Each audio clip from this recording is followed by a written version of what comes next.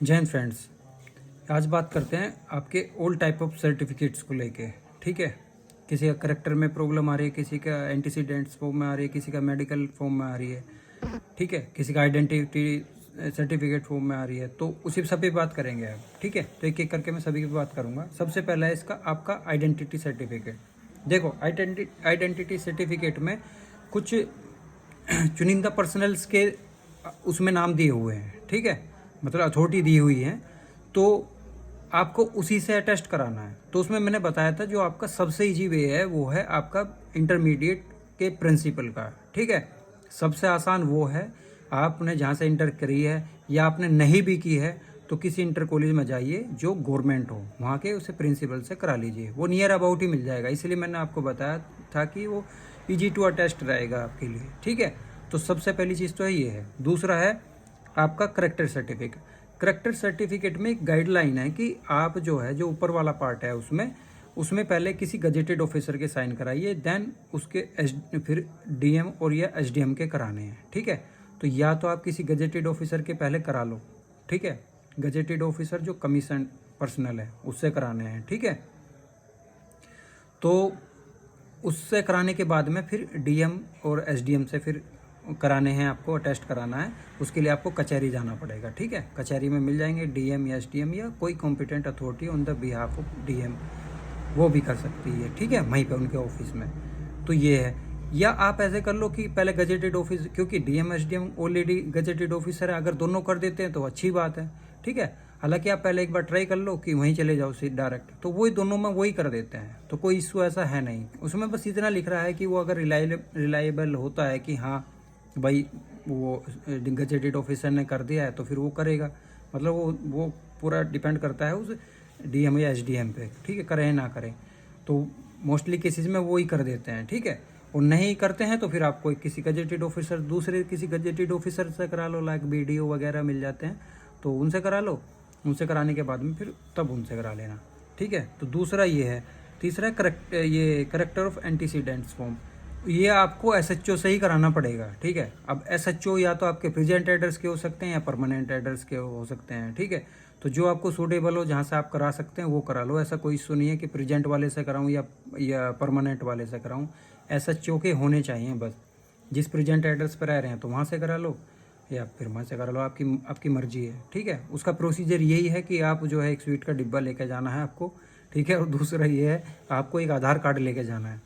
आधार card से क्या है ना, तो जीडी एंट्री वगैरह जो भी हैं आज की डेट में सब ऑनलाइन हो रखी हैं, तो वो हो सकता है उसको आधार कार्ड नंबर डाल कर आपको क्रॉस चेक करें। ठीक है, वो मेंशन होता है उसमें, तो उसको क्रॉस चेक करके फिर करें। नहीं तो ऐसे भी कर लेते हैं, जान पहचान के होते हैं तो ऐसे भी कर देते हैं, तो वो कोई ऐसा इशू है नहीं। ठीक है, मतलब फुल्ली डिपेंडेंट ऑन यू, आप उसको कैसे कन्वेंस करते हो। तो ये हो गया ऐसे। ठीक है, चौथा हो गया आपका मेडिकल सर्टिफिकेट। मेडिकल सर्टिफिकेट ऊपर वाली तो अंडरटेकिंग है। ठीक है, उसको आप खुद भरेंगे। नीचे वाला पार्ट है जो मेडिकल ऑफिसर होगा। मेडिकल ऑफिसर के लिए आप जो है किसी गवर्नमेंट हॉस्पिटल में चले जाओ। ठीक है, जो छोटे हॉस्पिटल होते हैं गाँवों वाले, उसमें भी जा सकते हो। बस वो क्या है, गवर्नमेंट होना चाहिए। ठीक है, आप वहाँ जाइए, उसको थोड़ा कन्वेंस कीजिए। इसमें हालांकि लिख रहा है कि टेटनेस की या हेपेटाइटिस बी वगैरह की ये वैक्सीनेशन ली है नहीं ली है, तो ये क्या है, डॉक्टर अपने आप अपने तरीके से लिख देता है। ठीक है, उसको बस कन्वेंस करना है आपको। तो मैंने ये भी बोला कि आप जब भी कहीं अटेस्टेशन के लिए जाओ तो वहाँ पे अपने डॉक्यूमेंट सारे लेके जाना है आपको, तो जिससे जो है उन्हें थोड़ा सा समझने में ईजी होता है भाई बंदा किस पर्पज़ के लिए आया है। ठीक है, तो उनको कन्वेंस करने में थोड़ी आसानी होती है, तो उनको लेकर चले जाओ, उसको कन्वेंस करो, वो कर देंगे। ठीक है, तो और उसमें क्या एक वैक्सीनेशन का है तो वैक्सीनेशन वगैरह की वो फिलअप कर देते हैं। और नहीं तो एक ये है कि जैसे मैं बता रहा था कि अगर कोविड आपने वैक्सीन ली है तो उसका सर्टिफिकेट आपके पास होगा, उसको मेंशन कर देना। और नहीं है तो बोल रहा उनको, मतलब कन्वेंस करना फुल्ली कि भाई सर मैं मतलब मैंने ली थी लेकिन अब मेरे पास कोई ऐसा सर्टिफिकेट है नहीं।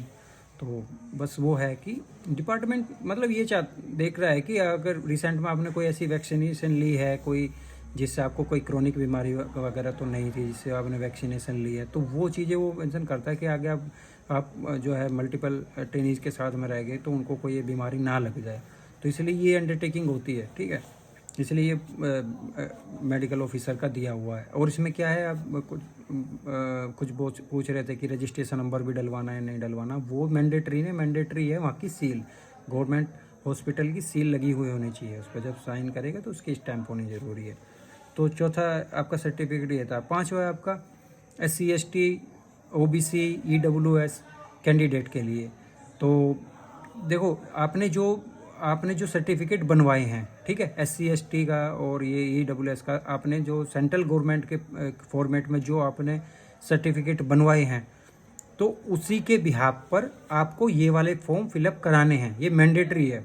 ये आप बार बार पूछ रहे हो कि जब वही सेम है तो मैं किस लिए कराऊँ, या कराने हैं नहीं कराने हैं, ये कराने पड़ेंगे आपको। ये आपके क्या है, आपके इन फ्यूचर रेफरेंस के लिए डिपार्टमेंट आपकी सर्विस बुक में लगा के रखता है, ठीक है, आपके डोजियर के साथ। जब भी जहाँ मूव करेंगे, जब ट्रांसफ़र होगा तो सर्विस बुक के साथ में आपका पूरा डोजियर वहाँ पे जाता है। मतलब पूरे डॉक्यूमेंट्स रहेंगे आपके, एजुकेशनल सर्टिफिकेट और ये मेडिकल सर्टिफिकेट और प्लस ये वाले सारे सर्टिफिकेट। इन केस अगर कल आपके अगेंस्ट में कोई इंक्वायरी होती है तो उनको क्या है, वो ईजी रहेगा वो आपकी इंक्वायरी कराने के लिए, सिर्फ इसलिए होते हैं। तो ये फ्यूचर रेफरेंस के लिए रखे जाते हैं।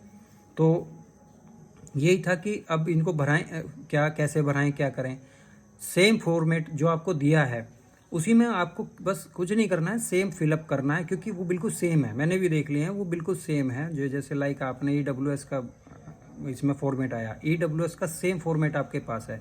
तो इसमें क्या करना है, आपको कंसर्न तहसील में जाना पड़ेगा जहाँ से आपने बनवाया है वो ओरिजिनल, तो उसी को दिखा के सेम ये भरवाना है और भरवा के उस पर साइन करवाना है। एक चीज़ और आ रही है इसमें कि किसी ने नया बनवा लिया, क्रूशियल डेट के बाद का बनवाया, वो वाला नहीं भरवाना। आपको क्रूशियल डेट से पहले का जो सर्टिफिकेट है उसी के बिहाफ पे भरवाना है।